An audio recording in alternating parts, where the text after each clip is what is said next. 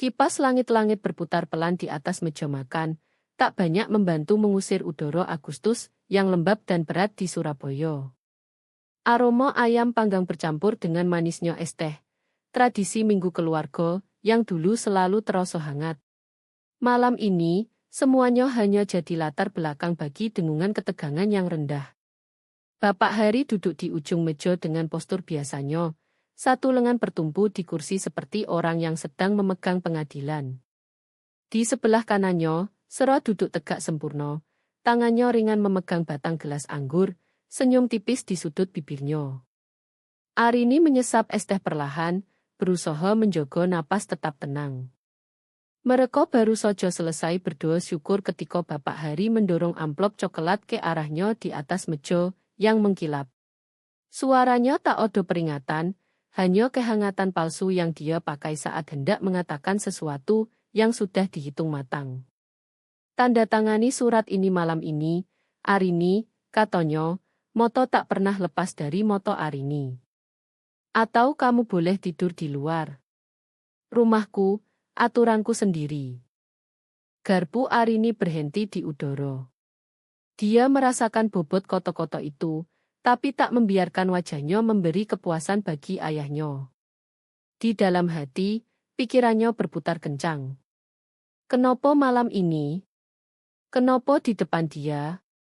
Bapak Hari bersandar, menunggu, yakin Arini akan menurut. Apa isinya? Tanya Arini dengan nada sengaja tenang. Hanya perjanjian biasa, jawab bapak sambil mengangkat bahu seperti tak ada opo-opo. Cuma mengonfirmasi kamu keluar dari kamar sebelum akhir bulan. Dan kalau tidak, bapak tertawa kecil tanpa humor. Kamu akan belajar betapa tidak nyamannya kelembaban tropis Surabaya di malam hari. Kuku Sero mengetuk gelasnya, suaranya tajam di keheningan. Ini bukan pribadi, Sero menyela, moto pura-pura ibu. Kami hanya butuh ruang untuk rencana lain. Arini melipat serbet perlahan, memberi dirinya waktu sejenak. Aku akan bojo dulu, katanya sambil menggeser amplop ke sisinya, dengan teliti. Suaranya mantap, tapi genggamannya mengencang di bawah taplak meja. Sisa makan malam berlalu dengan gerakan mekanis, mengunyah, menelan, mengangguk di tempat yang sopan. Ayahnya sudah membuat langkah. Arini tak akan memberi tontonan yang dia inginkan. Sore berikutnya, Arini berjalan di jalanan beraspal pusat kota menuju toko buku Bibilino. Lonceng di atas pintu berdenting saat dia masuk, aroma kertas lama dan kopi membungkusnya seperti perisai. Bibilino berada di belakang meja kasir, kacamata bacanya rendah di hidung. Aku dengar ada kabar, kata Bibi tanpa basa-basi, mengajak Arini ke belakang. Di ruang gudang yang sunyi, Bibi menurunkan suara. Sepupumu bilang di gereja. Orang-orang bilang ayahmu mau kasih kamar kamu ke dia. Dia? Tak perlu nomo. Di Surabaya, gosip bisa menyebar lebih cepat daripada hujan badai musim kemarau.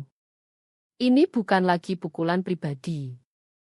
Ini sudah jadi cerita publik. Rahang Arini mengeras. Jadi sudah diputuskan yo?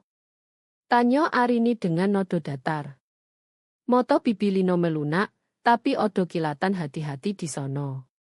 Aku tak tahu mono yang benar, tapi hati-hati yo, Arini. Mereka sedang bicara. Dalam perjalanan pulang, koto-koto Bibi menempel di benak Arini. Ini bukan soal butuh ruang. Ini soal menghapus keberadaannya dari rumah itu sepenuhnya. Malam itu, duduk di tepi tempat tidur, Arini membiarkan pandangannya menyusuri kamar. Gorden pucat yang masih menyimpan samar aroma parfum ibunya, rak buku yang mereka bangun bersama saat Arini berusia 12 tahun. Koto-koto moyo angelou melintas di pikirannya. Kalau seseorang menunjukkan siapa dirinya, percayalah sejak pertama. Ultimatum itu bukan kejutan. Itu konfirmasi. Sabtu pagi, Arini memutuskan main jangkau panjang. Malam itu, di pesta kecil tetangga, Arini mengamati ayahnya bekerja di kerumunan. Dia penuh pesona dan tawa ramah, memperkenalkan Arini ke orang-orang yang sudah dikenalnya bertahun-tahun seolah dia ayah yang bangga. Arini tersenyum untuk tetangga, tapi di dalam hati dia mencatat setiap ketidakcocokan. Jabat tangan hangat sekarang, ancaman di balik pintu tertutup. Kemudian, saat senja turun, Arini lewat teras saat hendak pergi. Sera Odo di sono bersama wanita lain, keduanya tertawa pelan.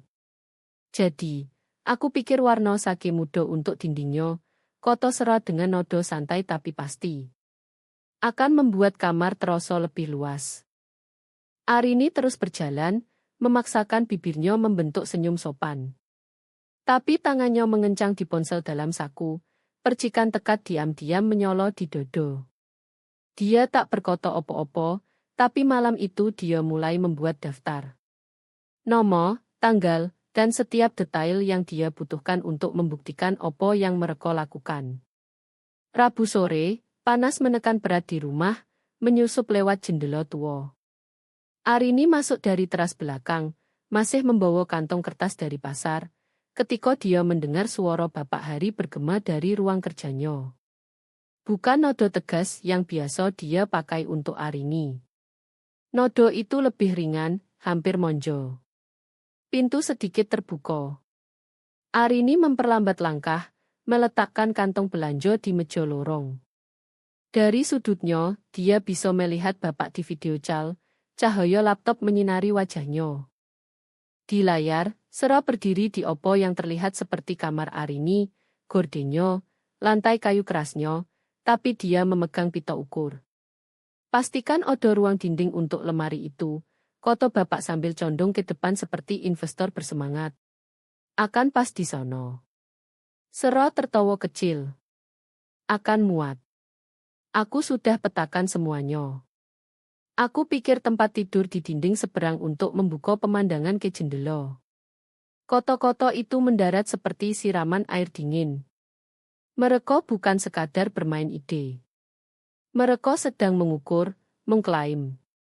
Kamar Arini. Arini diam, membiarkan percakapan mengalir tanpa menunjukkan kehadirannya. Kamu tak mengukur sesuatu kecuali sudah memutuskan itu milikmu untuk diubah. Saat Arini melangkah ke dapur beberapa saat kemudian, dia memastikan langkahnya keras. Pintu ruang kerja tertutup di belakangnya. Malam itu saat makan malam, Arini memutuskan menguji air. Saat mereka mengoper roti jagung, dia berkata ringan, aku mungkin akan atur ulang kamarku sebentar lagi, mikir setup baru untuk tempat tidur dan lemari. Senyum Bapak cepat, hampir tak terlihat, tapi Arini menangkapnya. Begitu yo? Tanya Bapak dengan nodo santai. Yo, jawab Arini sambil menatap matanya. Di seberang meja, Sera tiba-tiba menemukan kentang tumbuknya menarik sekali, menghindari moto Arini sepenuhnya. Itu memberi tahu segalanya. Rencana sudah berjalan, dan mereka mengira Arini tak akan sadar sampai terlambat. Akhir pekan itu, Arini pergi ke pertemuan kecil di teras teman. Udara harum udang bakar dan irisan lemon, tawa melayang di angin hangat. Arini baru duduk ketika Bapak tiba bersama Sera. Dia main peran tamu ramah, menyopo keliling lingkaran. Saat mencapai kelompok mereka, Bapak meletakkan tangan di bahu Sera. Dia punya moto tajam untuk menjaga rumah, katanya kepada yang lain, suaranya cukup keras untuk Arini dengar. Membuat rumahku malu. Tawa yang menyusul ringan, tak berbahaya bagi orang lain. Tapi bagi Arini, itu tajam seperti pisau. Arini tersenyum tipis, tak membalas, sementara pikirannya mencatat momen itu seperti bukti di pengadilan. Setelah acara, Arini berjalan pulang pelan lewat jalan kompleks. Lampu teras menyolo satu persatu, menerangi kelompok orang yang mengobrol di kursi goyang atau bersandar di pagar. Di Surabaya, setiap teras adalah panggung, dan setiap obrolan adalah pengumuman. Bisik-bisik di sini tak hilang. Mereka berakar dan mekar. Arini teringat opo yang Bibi Lino katakan tentang gosip. Kalau orang sudah mengulang cerita, dia tak bisa hanya duduk di kamar dan berharap hilang. Dia harus mencatat nomo, tanggal, nodo swara, karena fakta punya bobot saat udara tebal dengan spekulasi. Di kamar, Arini duduk di meja. Pepatah Surabaya datang padanya, jangan marah. Susun bebekmu berbaris rapi. Ini bukan soal bereaksi saat itu. Ini soal waktu, memastikan saat dia bicara, orang yang tepat mendengar. Arini mengambil buku catatan baru dari laci dan menulis di halaman pertama dengan huruf tegas roto, untuk catatan. Entri pertama dalam daftar itu datang lebih cepat dari yang dia duga, disampaikan tepat di depan pintu rumahnya. Cahaya September lebih lembut sekarang, meski panas tak surut. Pagi itu, Arini memutuskan membereskan kekacauan di kamar. Bukan karena berantakan. Karena dia butuh merasa mengendalikan sesuatu, meski hanya melipat spray sendiri. Dia membongkar tempat tidur, menumpuk bantal, dan merapikan spray baru dengan teliti. Saat merogoh peti cedar di kaki tempat tidur, jarinya menyentuh sesuatu yang lembut dan familiar. Dia menarik selimut rajut yang ibunya buat saat Arini small. Benangnya agak pudar seiring tahun, tapi pola tetap sama. Lingkaran rapat, tangan mantap. Arini memeluknya dan menghirup, menangkap samar aroma lavender dari kantong kecil yang ibunya simpan di laci. Dia hampir mendengar suara ibunya lagi. Kamarmu adalah tempat suci. Jangan pernah biarkan siapa pun ambil itu darimu. Sesaat, Arini duduk di tepi tempat tidur. Selimut terhampar di pangkuannya. Udara terasa lebih berat, bukan karena kelembaban, tapi dari kesadaran bahwa dia sedang berjuang mempertahankan persis apa yang ibunya perintahkan untuk dilindungi. Siang harinya, Arini pergi ke garasi mencari album foto lama. Dia pikir membalik halaman itu bisa mengingatkan masa yang lebih tenang. Saat membuka pintu samping, aroma debu dan oli mesin menyengat. Cahaya redup dari jendela kecil jatuh pada sesuatu di sudut, bentuk besar di bawah kain penutup. Arini menarik kain itu dan membeku. Itu kursi bocah antik ibunya, yang dulu selalu di samping jendela kamar bertahun-tahun. Kainnya usang tapi anggun, pola bunga lembut yang ibunya pilih sendiri. Sekarang tertutup debu, didorong ke samping tumpukan kaleng cat. Coretan cat putih di sandaran tangan tepat di tempat ibunya biasa istirahat saat membocok keras-keras di sore hujan. Pemandangan itu seperti pukulan perut. Ini bukan sekadar kelalaian. Ini penghinaan. Mereka pindahkan tanpa bertanya, tanpa koto, dan biarkan rusak. Arini meraih ujung kain yang robek, merasakan campuran duka dan panas naik di dada. Dia duduk di undakan rendah yang menuju garasi, album terlupakan. Saat mereka bisa lempar kenanganmu ke tumpukan. Ini bukan soal perabot. Ini soal menghapusmu potong demi potong. Arini mengambil ponsel dari saku dan mulai memotret. Foto lebar, close-up, debu di kursi, coretan cat. Ini bukan hanya untuk hukum. Ini untuk dirinya. Catatan kenapa dia tak bisa diam saja. Kembali di kamar, Arini hamparkan selimut rajut di kaki tempat tidur. Hampir seperti menjaga pos lalu dia buka buku catatan dan tulis dengan huruf jelas sengaja. Barang dipindah tanpa izin. Kursi bocah ibu ditemukan di garasi. Kerusakan terlihat. Koto-koto Eleanor Roosevelt melintas. Tak ada yang bisa membuatmu merasa rendah tanpa persetujuanmu. Mereka sudah ambil cukup. Mereka tak akan ambil harga dirinya tanpa perlawanan. Setiap hinaan, setiap penghinaan, setiap pergeseran barang miliknya, Arini akan catat semuanya. Kebenaran tak akan jadi soal pendapat saat waktunya tiba. Malam itu, saat Arini menyusun tumpukan kertas kecil di meja, tawa melayang dari ruang tamu. Arini mengenali suara sera, ringan dan hampir bernyanyi bercampur suara bapak yang lebih dalam. Begitu kita kosongkan, awal baru, koto sero. Cukup membuat otot rahang Arini mengeras. Mereka tak lagi bicara hipotetis. Rencana sudah bergerak dan Arini diharapkan minggir diam-diam. Arini sadar saat itu perjuangan untuk ruangnya sudah mulai.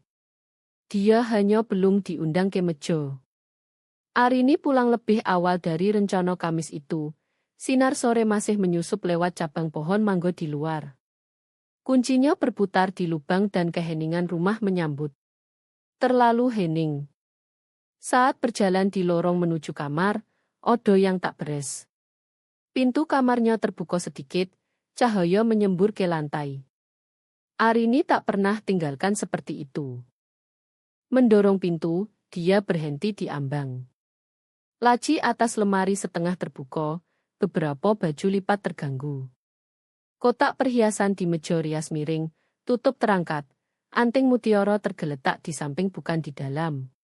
Foto berbingkai ibu dan dirinya, hari wisudosmo, miring ke depan seolah seseorang mengambil dan meletakkan sembarangan.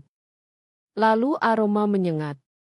Parfum sero, bunga tajam manis berlebih yang dia pakai ke gereja dan makan siang minggu. Itu tak seharusnya odo di sini. Bukan di antara barangnya.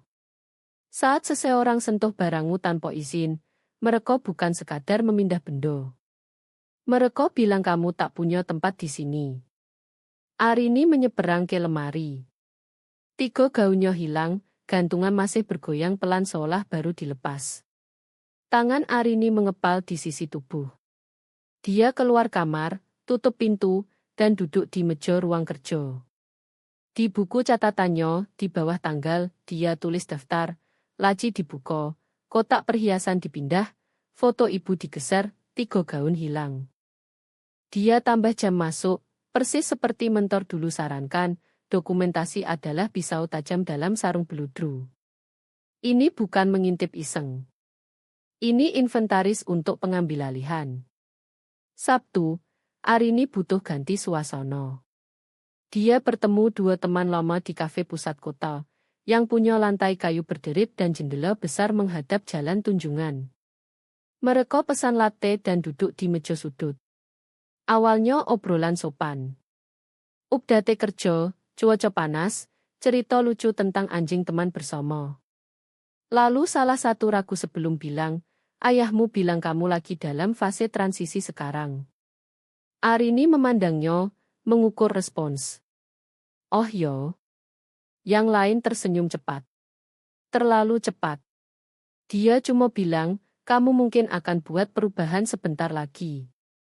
Moto mereka menghindar. Arini kenal tatapan itu. Orang yang dengar cerita tapi bukan dari yang hidupnya. Dan apapun yang ayahnya katakan, itu melukis Arini sebagai tidak stabil atau tak mampu. Saat berpisah, keramahan masih odo, tapi lebih tipis, seperti taplak ditarik terlalu ketat di atas pinggir tajam. Dalam perjalanan ke mobil, sengatan itu meresap.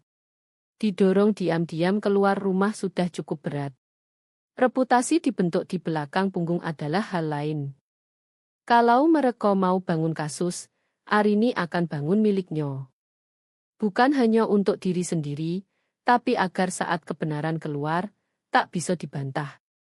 Malam itu, Arini bergerak dengan tujuan. Selimut rajut ibunya tetap di tempat tidur, tapi dia ambil beberapa barang paling pribadi, buku edisi pertama yang ibunya beri, liontin dengan foto ibu, dan letakkan di peti cedar. Dia kunci dan selipkan kunci ke saku kardigan. Mereka mungkin pikir diamnya berarti kalah. Sebenarnya dia mengamati, mencatat, dan menunggu momen tepat. Dan hal berikutnya yang dia lihat membuktikan sejauh mana mereka mau pergi. Sekitar pukul 2 siang Rabu, ponsel Arini bergetar di tas. Dia di antrean kasir toko perangkat keras memegang gulungan sealan cuoco dan kotak bohlam saat banner notifikasi menyolo. Gerakan terdeteksi di pintu depan. Arini buka apps. Layar muncul, berbintik karena silau siang, Tapi jelas cukup untuk lihat Sera datang lewat jalan masuk, 2 koper besar ditarik. Dia tak ketuk. Bapak buka pintu hampir langsung seolah sudah menunggu. Mereka tukar senyum, Bapak santai, Sera sedikit terlalu menang, dan Bapak minggir biarkan masuk. Arini membeku dengan satu tangan di dompet. Cap waktu di bawah video pukul 14.14, hari kerja. Persis waktu mereka kira Arini keluar. Mereka pindah masuk sebelum Arini bahkan keluar. Saat Arini masuk jalan masuk 30 menit kemudian, teras kosong. Di dalam, lorong hening. Arini tak panggil. Dia langsung ke meja, unduh klip, simpan ke 2 drive berbeda, 1 lokal, 1 cloud.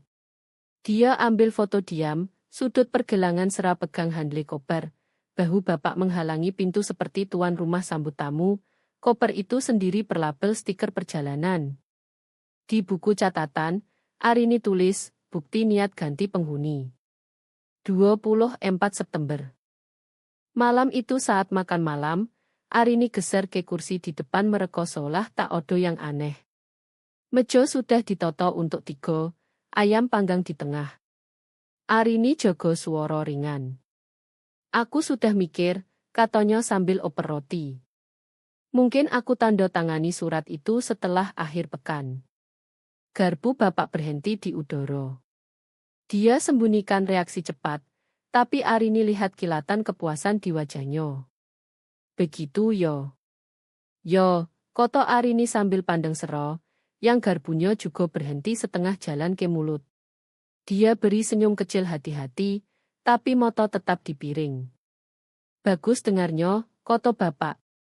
Nadanya roto, tapi posturnya lebih longgar, seperti orang yang yakin permainan sudah dimenangkan. Orang tunjuk kartu saat mereka pikir permainan milik mereka. Malam itu, Arini dalam perjalanan ke dapur saat dengar suara Sera di lorong, rendah tapi bersemangat. Dia akhirnya menyerah, katanya ke ponsel. Aku akan masuk kamar itu Senin. Koto-koto itu disampaikan dengan kegembiraan yang membuat perut Arini mulas. Arini mundur ke bayang-bayang dekat tangga, tekan rekam di ponsel, dan tangkap cukup panggilan untuk konfirmasi yang dia butuh. Saat putar ulang audio di kamar, semuanya odo. Nadanya, keyakinannya, tanggalnya. Pendek, tapi cukup. Arini bersandar di kursi dan teringat sesuatu dari Sun Tzu. Setiap pertempuran dimenangkan sebelum dilawan. Ini bukan sekadar menangkap mereka basah. Ini soal bentuk medan agar mereka tak bisa klaim menang, meski mereka lewati garis finish. Untuk pertama kali dalam berminggu-minggu, Arini rasakan keseimbangan bergeser. Dia punya rekaman. Dia punya suara Sera sendiri. Dan sekarang dia punya awal strategi yang tak butuh kerjasama mereka, hanya kepercayaan diri berlebih mereka. Sebelum tidur, Arini backup video dan rekaman lorong ke folder terenkripsi yang dia beri label final. Cahaya monitor menerangi kamar dengan biru pucat saat dia tutup laptop dan putar kunci di peti cedar. Tapi konfrontasi berikutnya tak akan lewat kamera. Itu akan tatap muka, dan tak satu pun akan keluar tanpa terguncang. Sinar sore condong lewat tirai saat Arini lewat pintu depan. Udara rumah masih, tapi dia dengar gerakan di atas, ringan, sengaja. Perut Arini mengeras.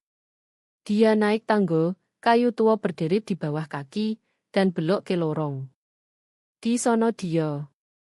Sera berdiri di ambang kamar Arini, kotak kardus seimbang di tangan, penuh bantal hias dan bingkai foto yang bukan milik Arini. Apa yang kamu lakukan di kamarku? Suara Arini tenang, tapi setiap kata tajam.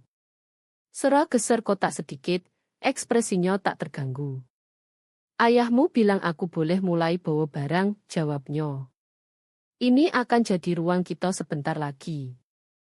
Arini maju sampai menghalangi pintu, tangannya ringan di kusen. Ruang kita.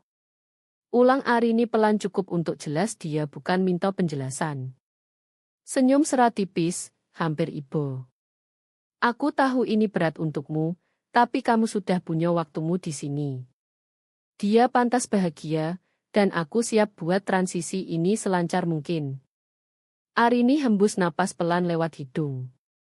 Mereka definisikan kekejaman sebagai kebaikan saat cocok. Kamu asumsikan banyak, koto Arini roto, terutama soal opo yang aku mau terima. Alis Sero naik pura-pura kaget. Jadi kamu lebih suka buat susah. Itu tak sopan untuk orang di posisimu. Sebelum Arini jawab, langkah terdengar di lorong. Bapak muncul, matanya tangkap adegan, pintu dihalangi, kotak di tangan Sera, postur Arini. Odo opo ini? Tanyanya, tapi pandangannya sudah ke Arini, suaranya pegang teguran halus yang dia simpan untuk saat sudah pilih pihak. Dia kesal aku bawa barangku, koto Sera dengan nodo ringan seolah lapor tantrum anak kecil.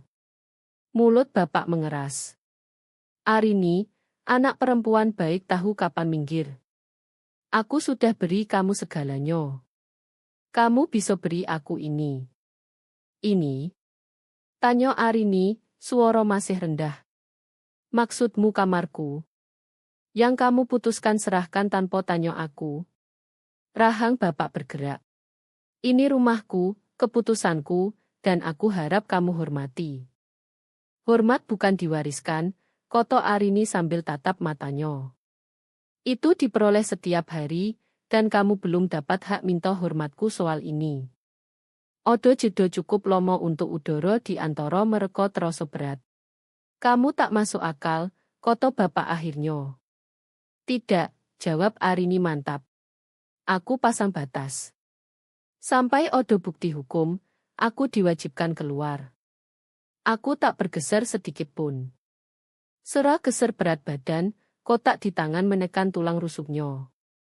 Kamu tak bisa terus begini selamanya, katanya, suara mulai tajam. Arini maju cukup untuk buat Sera mundur setengah langkah. Lihat sojo. Mulut Sera mengeras, dan dia lewat samping bapak, bergumam sesuatu yang Arini tak peduli. Bapak bertahan sebentar lagi, tatapannya terpaku ke Arini, tapi tak koto lagi. Saat dia balik dan pergi, Arini tutup pintu pelan dan putar kunci. Klik kecil tapi memuaskan, deklarasi diam bahwa untuk sekarang, ruang ini masih miliknya. Tapi langkah berikutnya mereka bukan percakapan. Itu akan serangan ke reputasi Arini. Pertama kali dia dengar dari Bu Mariano, wanita yang jarang dia ajak bicara di luar gereja. Bu Mariano tangkap Arini di parkiran, suaranya rendah. Moto melirik siapa yang mungkin dengar. Aku dengar Sera mau adakan kumpul kecil di rumah, koto Bu Mariano, koto rumah menggantung seperti umpan. Semacam peresmian rumah, Arini angkat alis. Di rumahku, bibir Bu Mariano mengeras. Itu yang orang bilang. Di kamarmu yang lomo? Kamu tak tahu? Arini geleng pelan, jaga wajah netral, meski panas naik ke leher. Mereka tak cuma ambil ruang, mereka ambil cerita. Besok harinya, sudah tersebar di seluruh kompleks. Tak ada undangan ke Arini. Tentu saja dia tak butuh. Di Surabaya, kamu bisa pelajari lebih banyak dari pinggir cerita daripada dari cerita itu sendiri.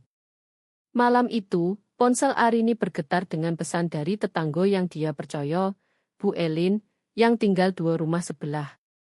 Kamu mau lihat ini, tulis Bu Elin. Terlampir foto, tamu di kamar Arini, tertawa, gelas anggur di tangan. Selimut Arini hilang, diganti spray tipis. Buku di rak, buku Arini, ditukar dengan beberapa hardcover warna serasi. Satu gambar buat Arini membeku. Seorang pria yang dia kenal dari lingkaran bisnis ayahnya, tangannya menyusuri bangku jendela tempat ibunya dulu duduk dan baca untuk Arini. Tempat itu jam-jam tenang, sudut sunyi untuk cerita dan teh di sore hujan. Sekarang hanya bagian tur. Arini simpan setiap gambar ke folder bukti. Pagi berikutnya, ketukan di pintu pecah keheningan. Bapak berdiri di sono memegang amplop putih. Dia serahkan tanpa tatap moto Arini. Di dalam surat ketik, nodo formal, menuntut uang sewa mundur untuk bulan-bulan Arini tempati tanpa kontribusi finansial.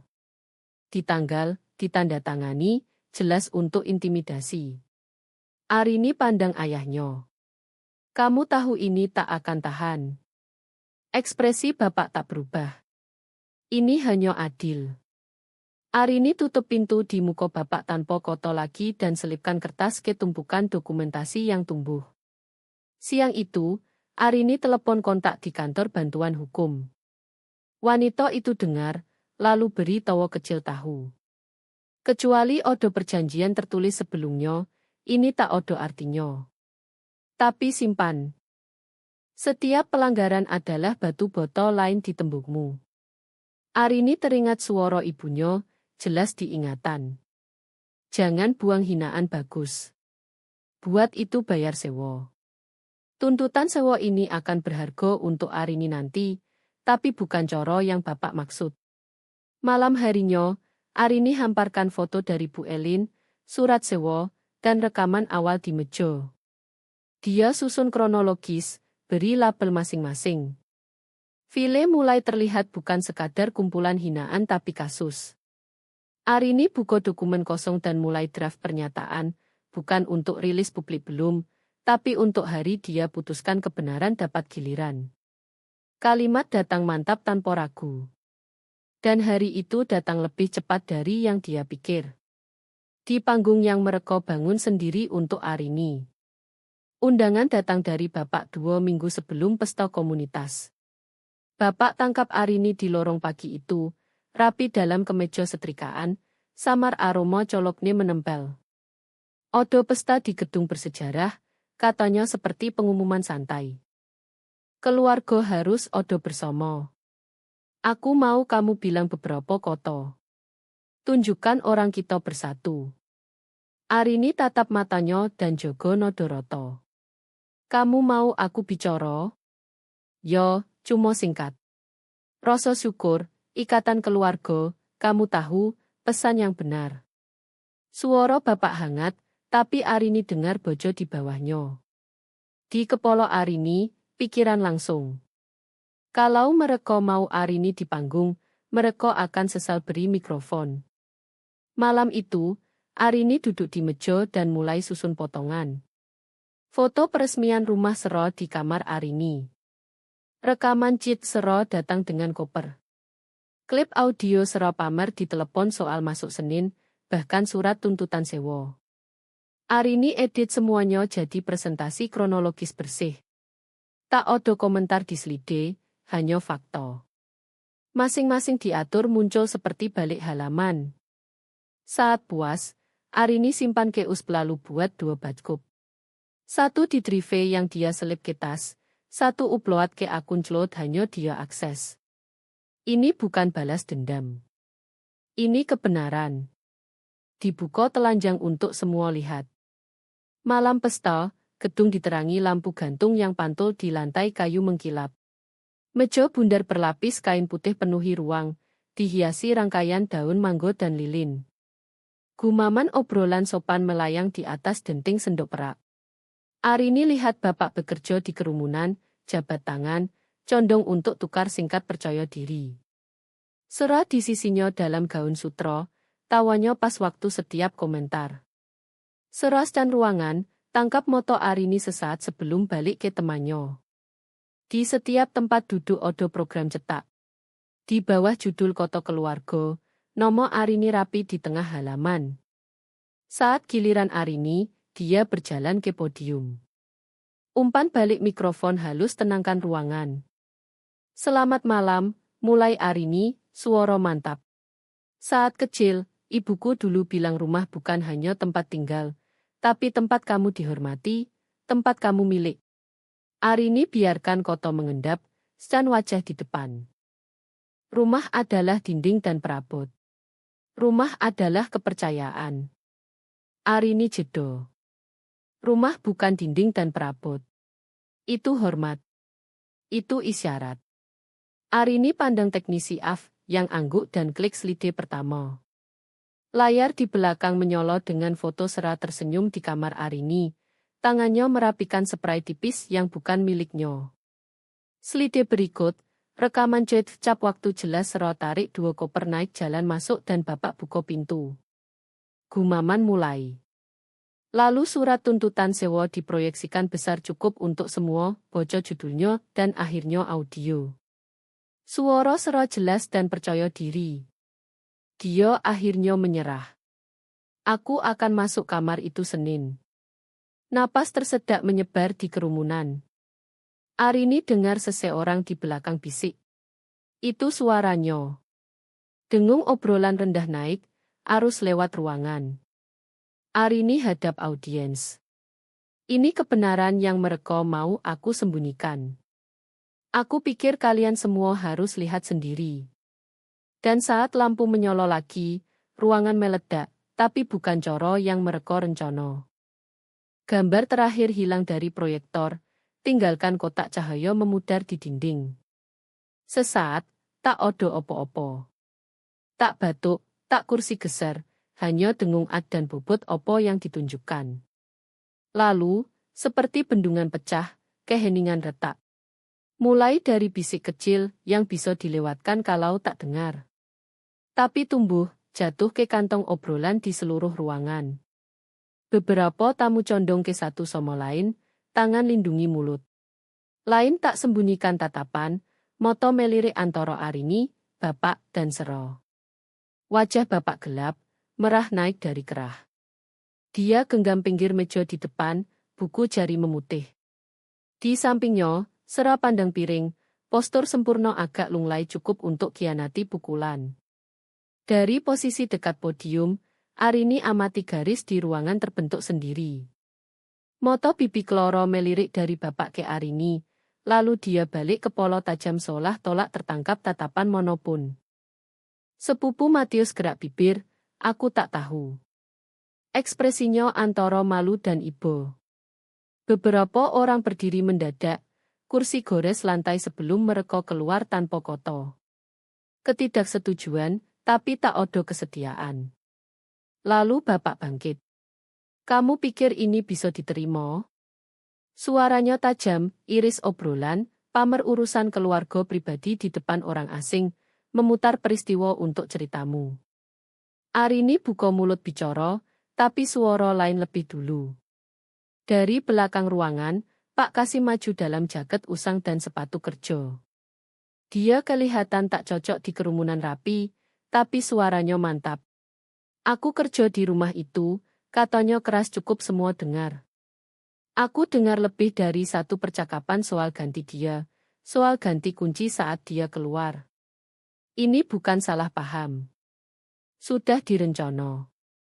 Napas tersedak bergulir seperti gelombang. Seseorang di depan keluar migot. Sera tegak, suaranya naik atas gumaman. Kamu tak tahu opo yang kamu bicara. Pak Kasim tak goyah. Aku tahu opo yang aku dengar. Nadanya tenang, hampir beda, potong lapisan keraguan. Beberapa kepala balik ke Arini, skeptis mereka ganti dengan sesuatu lebih keras. Konfirmasi. Gambar dan audio sudah cukup menghancurkan, tapi saksi moto yang tak punya untung. Itu paku yang tutup kotak. Sera mulai bicara lagi, tapi kata-katanya tenggelam di bawah gelombang obrolan baru. Kali ini bukan bisik. Ini arus suara, pertanyaan, dan penghakiman tumpah. Rahang bapak tegang, matanya secan ruangan seolah masih bisa tarik kembali kontrol. Arini kumpul catatannya, selip rapi ke folder yang dia bawa. Suara bapak panggil nama Arini, tajam, perintah, tapi Arini tak balik. Mereka beri Arini peran, putri cantik angguk di pertunjukan persatuan skrip mereka. Arini sudah sampaikan dialognya, tapi bukan yang mereka tulis. Udara musim gugur sejuk saat Arini keluar, kontras selamat datang dari panas aula. Di belakang, suara masih naik, bunyi tumpah ke jalan. Arini tak pandang belakang, tapi akibat malam itu baru mulai, dan tak akan terkurung di aula itu saja. Seminggu setelah pesta, Arini bangun dengan notifikasi email dari pengacara. Subjek sederhana. Surat terkirim. Pesannya pendek. Pemberitahuan resmi sudah dikirim ke Bapak Hari dan Sero. Mereka sekarang secara formal diberitahu hakmu tempati kamar sampai kepemilikan atau syarat sewa berubah. Mereka tak bisa usir kamu tanpa proses hukum. Arini baca 2 kali, lalu bersandar di kursi. Mereka pikir malam pesta adalah akhir. Ini baru babak 2. Siang itu, Arini masuk kantor pengacara dengan tas kulit di bawah lengan.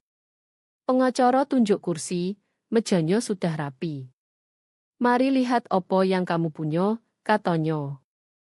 Arini buka tas dan keser bukti, cetakan foto diam dari Jade, foto peresmian Sera di kamar Arini, surat tuntutan sewa, dan transkrip pernyataan Pak Kasim dari pesta. Di dasar tumpukan Odo Timeline. Setiap peristiwa ditanggal, didokumentasi, dan didukung foto, rekaman, atau kesaksian. Pengacara balik halaman pelan, angguk. Kamu sudah lakukan sebagian besar kerjaku, katanya. Orang pikir kekuasaan Odo di opo yang mereka miliki. Kekuasaan Odo di opo yang bisa dibuktikan. Mereka habiskan jam berikutnya bahas langkah selanjutnya. Pengacara akan simpan asli di arsipnya dan kirim salinan ke asisten untuk penyimpanan aman. Saat Arini keluar, tas terasa lebih ringan, tapi bobot kontrol duduk mantap di tangannya. Kabar pesta sudah menyebar, tapi tambahan tindakan hukum beri nyawa baru. Di pasar, Arini perhatikan beberapa tetangga balik kereta, belanja ke lorong lain saat lihat dia. Lain, lebih tenang, lebih hati-hati, beri angguk kecil atau bisik, bagus untukmu. Arini terima ucapan tanpa elaborasi, tak pernah beri lebih dari yang mereka butuh. Dia sudah pelajari semakin sedikit kota dia beri, semakin sedikit mereka bisa putar. Hari berlalu tanpa satu kota dari bapak atau Sero. Tak ketukan di pintu, tak pesan, tak kemunculan mendadak di lorong. Sebaliknya, Arini dengar dari Bu Elin bahwa Sero batalkan presentasi desain yang dia rencana untuk kamar. Tak ada penjelasan publik, tapi semua tahu kenapa. Itu retak pertama terlihat di kontrol mereka. Di malam hari, Arini duduk di meja dengan jendela terbuka ke angin Oktober. Catat rencana untuk pindah akhirnya. Bukan kabur, tapi kepergian atas syaratnya sendiri. Arini daftar opo yang akan dibawa, opo yang ditinggal, dan bagaimana pastikan transisi hanya dia yang tentukan. Arini sadar dia tak lagi bereaksi. Tak lagi siaga pukulan berikutnya, atau scan tanda penyusupan. Dia yang tentukan tempo. Kekuasaan bergeser diam-diam, dan mereka bahkan tak sadar. Balas dendam terbaik bukan pergi, pikir Arini. Itu pergi saat kamu sudah menang. Dan sebentar lagi Arini akan punya kesempatan tutup babak ini persis coro yang dia mau. Langit Surabaya biru pucat musim dingin saat Arini dorong pintu koco berat toko buku Bibilino. Lonceng kuningan kecil di atas berdenting, aroma kertas dan kayu manis melayang ke arahnya. Arini tak kesini sejak sebelum pesta, dan kekacauan novel bertumpuk serta kursi jendela bercahaya matahari terasa seperti masuk tanah netral. Bibilino muncul dari belakang display buku baru. Ayo ke belakang, kata Bibi, tak buang waktu. Suaranya hangat, tapi Arini lihat kewaspadaan di matanya. Di kantor belakang, Arini letakkan laptop di meja dan colok flash drive. Layar menyolo dengan presentasi ringkas Arini. Tak ada hiasan, tak ada musik, hanya urutan bukti yang Arini bangun potong demi potong. Bibi tonton diam saat setiap gambar dan klip putar. Rekaman Jade, foto peresmian Sera, surat tuntutan sewa, rekaman pamer. Saat selesai, Bibi bersandar di kursi dan lipat tangan di pangkuan. Kamu bungkus kebenaran dengan bojo, kata Bibi akhirnya. Jangan pernah biarkan siapa pun yakinkan kamu sebaliknya. Arini rasakan sesuatu longgar di dodo. Bukan lego persis, tapi penguatan. Seseorang yang dia percaya sudah lihat semuanya, dan tak ragu satu bagian pun. Kalau kamu butuh aku di sono untuk apapun, lanjut Bibi, bilang Sojo. Aku akan berdiri di sampingmu. Kembali di rumah malam itu, Arini tarik peti cedar dari bawah tempat tidur. Dia buka pelan, jari menyusuri selimut rajut ibunya, liontin dengan foto ibu, dan segenggam buku paperback usang yang dulu mereka baca bersama. Ini bukan sekadar barang, ini jangkar. Arini pilih opo yang akan ikut saat dia pergi, bukan karena nilai, tapi karena kenangan yang mereka pegang. Sisanya dia tinggal tanpa penyesalan. Arini kunci peti, bawa ke mobil, dan selip di kursi belakang. Terasa seperti pindah bagian dirinya ke tanah lebih aman. Beberapa hari berikutnya, Arini parking dengan sengaja. Tak stuffing kotak panik, tak balap diadline orang lain. Arini pikir betapa mudahnya ukur keberhasilan dari bagaimana tetangga lihat dia setelah pesta, atau seberapa cepat dia paksa maaf dari bapak. Tapi itu bukan poinnya. Kadang kemenangan terbaik adalah pergi tanpa beban yang mereka coba gantung di kamu. Kamis, Arini sudah tetapkan tanggal pindah, ditandai pelan di kalender tanpa gegap gempita. Arini atur kunci diserahkan langsung ke pengacara. Tak ada perpisahan panggung, tak pidato terakhir dari bapak atau tatapan sombong dari Sero. Arini tak akan beri mereka adegan itu. Malam itu, Arini duduk di meja dengan jurnal terbuka. Koto datang mudah. Pergi bukan kalah. Pergi adalah hidup.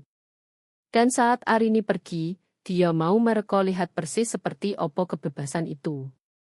Pagi yang Arini pilih untuk pergi, udara punya keheningan aneh, seperti jeda sebelum badai musim panas. Arini bangun pagi, pakai jaket rapi dan jeans lembut, baju yang bisa gerak tapi buat dia rasa mantap, tenang. Mobilnya sudah parking barang penting, kotak rapi ditumpuk, peti cedar aman di kursi belakang. Arini ambil waktu berjalan lewat rumah. Lorong berderet di bawah langkah seperti biasa. Papan yang sama yang dia lari saat kecil. Arini jeda di setiap ruang, biarkan moto tangkap detail.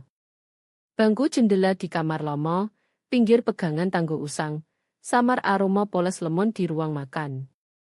Mereka pikir mereka akhiri sesuatu. Mereka hanya beri Arini awal yang lebih bersih. Di dapur, Arini letakkan amplop tebal di meja. Di dalam salinan pemberitahuan terbaru pengacara, ejo dalam bahasa hukum presisi bahwa gangguan atau pelecehan lebih lanjut akan ditanggapi tindakan langsung. Di belakangnya foto diam dari presentasi pesta, pengingat diam tak terbantah malam cerita mereka runtuh di depan komunitas. Di atas tumpukan, Arini tulis catatan pendek dengan huruf tegas roto. Rumah ini rumahku lomo sebelum rencana kalian. Rumah tak akan rindu aku, tapi akan ingat aku. Saat Arini keluar, dia sadar punya penonton. Di seberang jalan, sekelompok tetangga berkumpul.